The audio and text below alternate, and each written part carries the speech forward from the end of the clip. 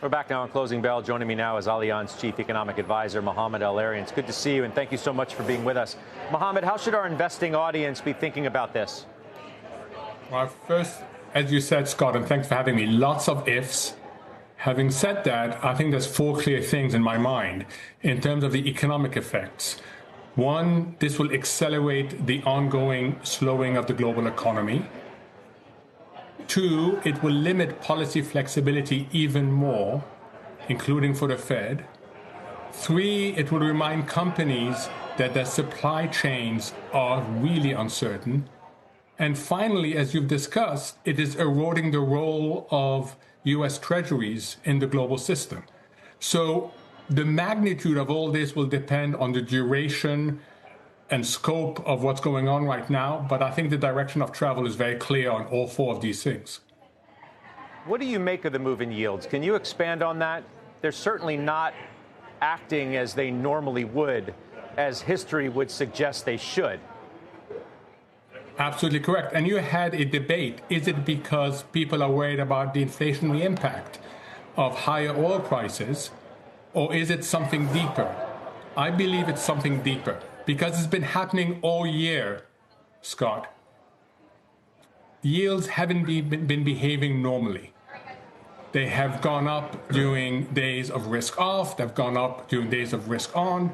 We are seeing foreign holders buying gold. And what's happening is something actually quite fundamental, is that the role of the US at the core of the system is being eroded. And when that happens, the world finds out it's overweight US Treasuries. It's overweight the dollar. And there's little appetite to become more overweight. So you don't get the buying that we used to get in the past. The good news for the dollar is there's nothing to replace it.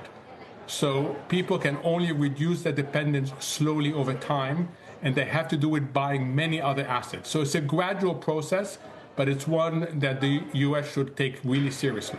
So you're saying that where there was speculation over the last many weeks on the idea of a flailing U.S. exceptionalism, that this is evidence for maybe the very first time concrete in a true time of what is perceived to be global crisis of any level, that is a confirmation of your view?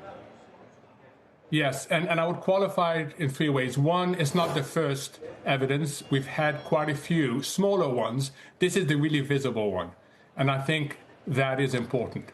Second, it's about two things. It's about the loss of exceptionalism, but it's also about policy unpredictability. The good thing is that foreign investors are making a distinction between the sovereign side and the high-quality corporate side, and they're not extending their concerns about the sovereign side to the high-quality corporate side. And that's really important. And the third issue is just recognize this is a slow-moving process because there is no ready substitute for the dollar. So it is going to be going on for a while. And I stress again, the world is overweight the US. It's overweight treasuries. And once you lose trust, then you are looking to reduce this overweight, but it takes time.